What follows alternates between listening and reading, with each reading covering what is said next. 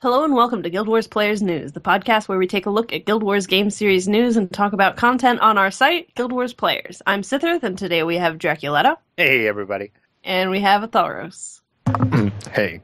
It took an embarrassingly long time to get this episode started.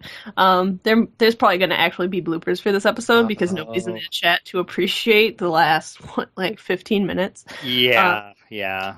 Anyway, it works out because we don't really have a whole lot to talk about this week. There's not a whole lot of news going on. And the three of us have just been really busy with real life, so haven't really had an opportunity to play much. So it's going to be a bit of a shorter week. I guess it evens out since last week was just news continuously. But this week we did get the Warrior Elite specialization announced, and it is the Berserker, which we kind of knew it was data mined before, so it makes sense.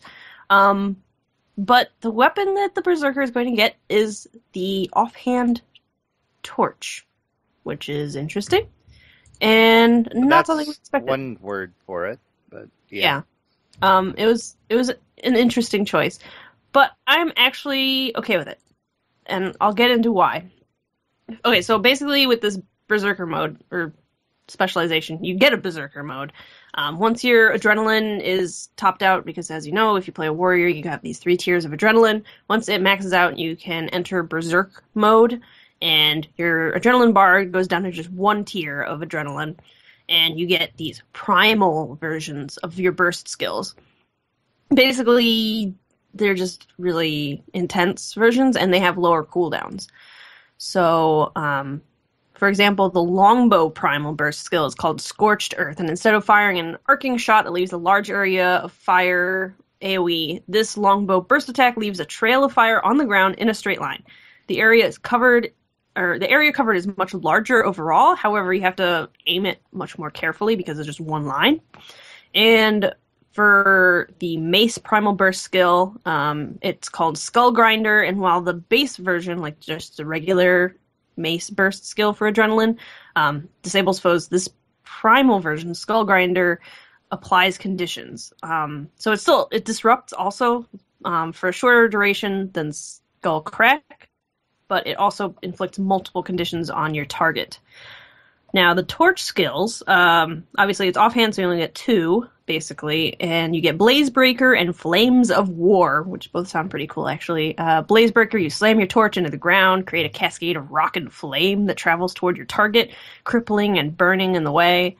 Flames of War, you light yourself on fire, burning off any conditions you have on you and creating a fire field around you that follows you and burns enemies caught inside it. And then it explodes. So that then does more damage and does more burning. So that's pretty cool. Basically why I'm really excited about that then is because I've recently been playing with my Burn Warrior, as I've talked about before. It's longbow focused, and I basically just am all out burn damage. So this fits really well with that playstyle actually. So I'm really excited. And also the utility skills, they're going to be... the style of utility skills they're called Rage, and it's apparently going to be like the physical utility skills. However, they provide additional adrenaline when used.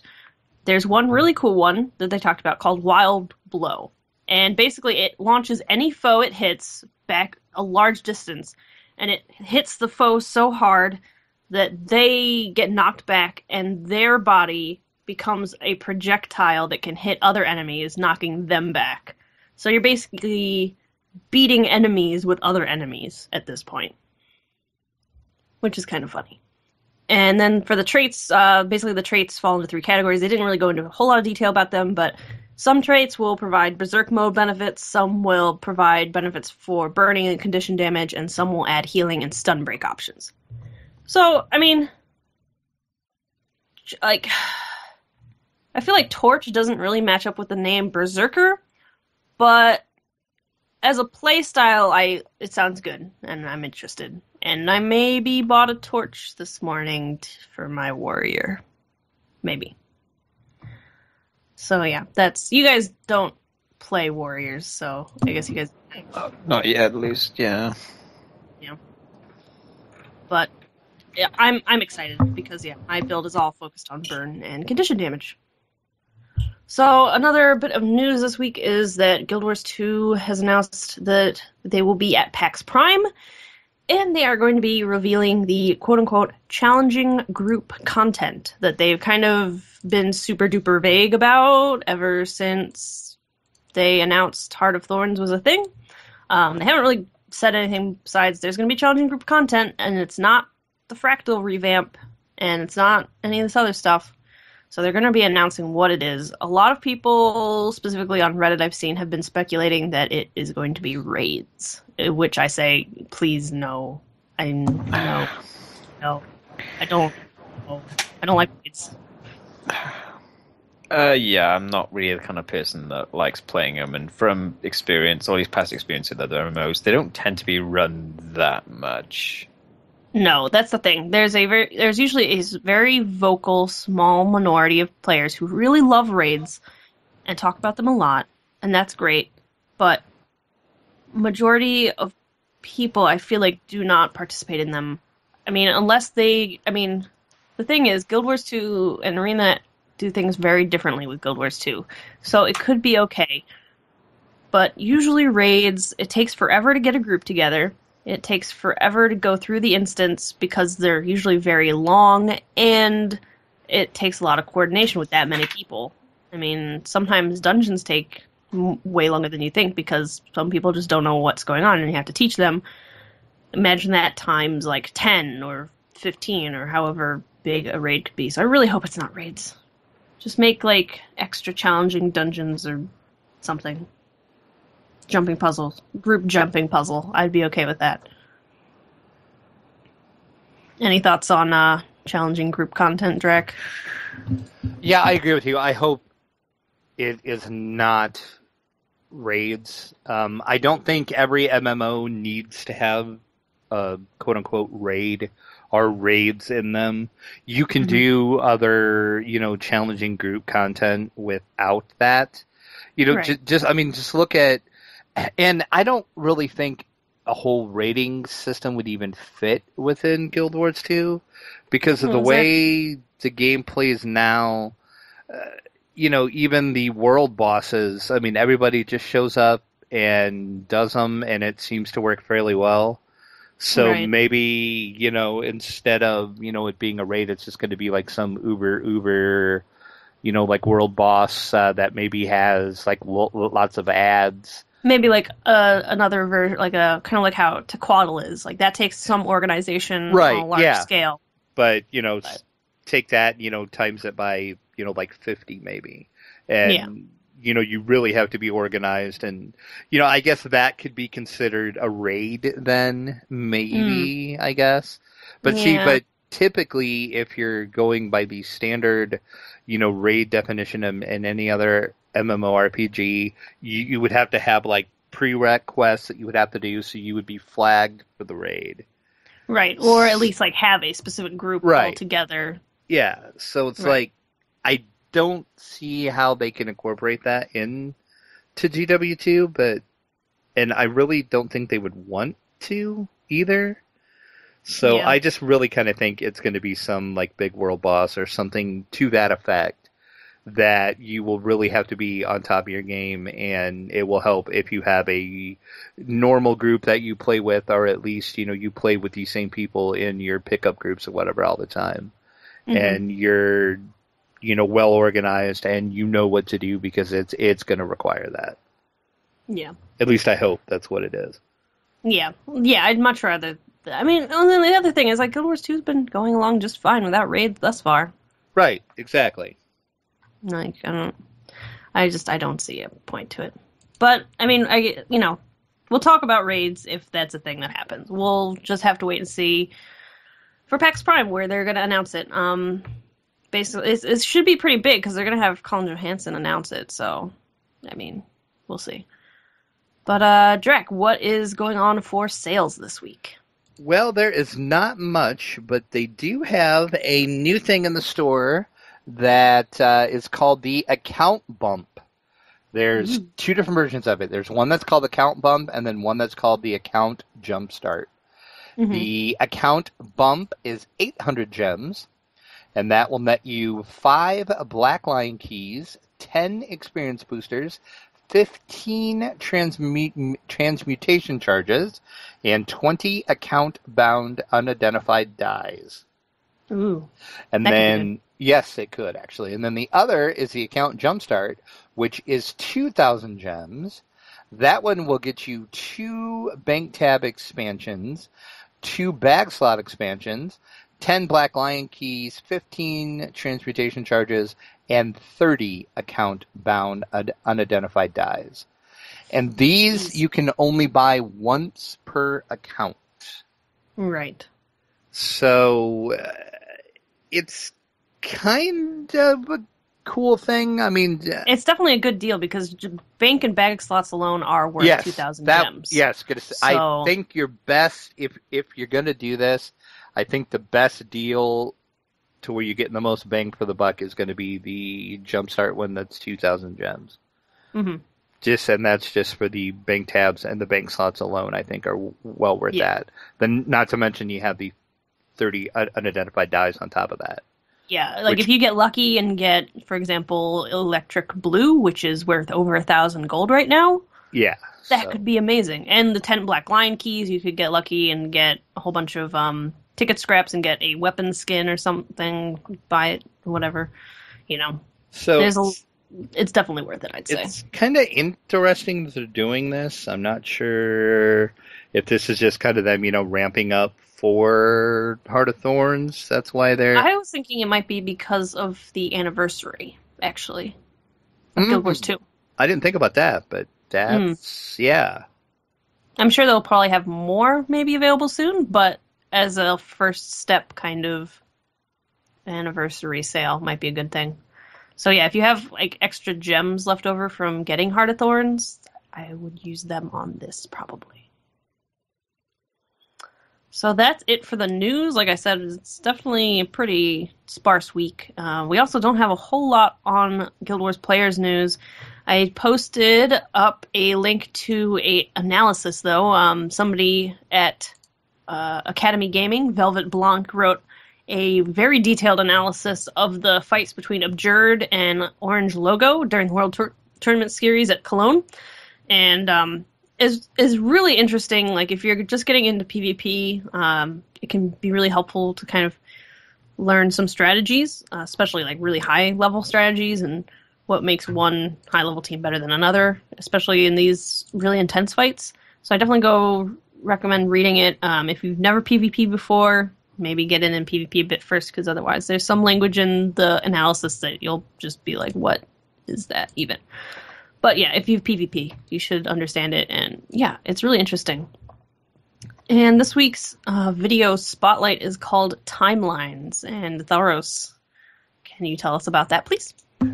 Yeah, this is another video by Wooden Potatoes, which kind of covers the kind of recent-ish history of TIRA in general.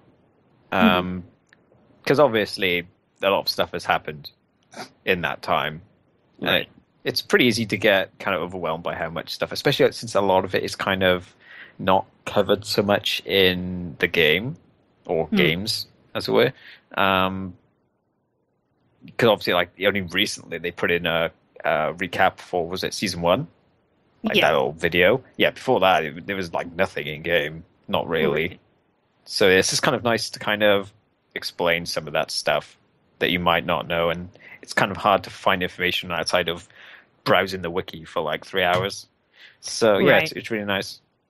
Yeah, Wooden Potatoes is really good. He has a lot of really great lore, background information, so definitely go watch that video, and then if you need more information, he has really specific videos about like the Flameseeker prophecies, about the Mersad, about all sorts of stuff. So definitely go check out his channel. He's really knowledgeable about the lore. So if you have any questions about that kind of stuff, that is the place to look. So, like I said, yeah, we don't really have a whole lot to talk about. So, Tharos, what did you do this week in game? Not that much, really. I didn't really get much playtime this week. I just kind of messed around on my Chardian a bit. I think he's in Iron Marches, I think. The level 50 char area. I believe that's what it is. Yeah, I think so. Yeah, I sort of just started that. I did the ogre personal story. I'm not sure if I talked about that last week, but that was okay. Not Quaggan's, but it'll do. Quaggins. It'll do. Yeah. I still kind of like the Forgol. He's kind of cool. Oh yeah. But yeah, not too much to talk about. Really, that's really all I've done. Yeah. Fair enough. What about you, Jack? Yeah, like everybody else, I actually didn't even log in at all. I had wow. a busy week outside of the game, and I didn't actually really play any games that much this week. So yeah. That's how you know it's serious. Yeah, exactly. Stupid real life, anyway. Yep. So, well, I'm sure you can save us, though, and you can actually talk about doing something in-game, because we know you always play. I mean, I did do some stuff, but not a whole lot. First of all, I spilled tea on my mouse, and so... Dope. Yeah. So I had to use an older mouse that I had lying around, and I realized why I didn't use it anymore, and that's because it double clicks instead of single clicks now. Oh. It's a really old mouse.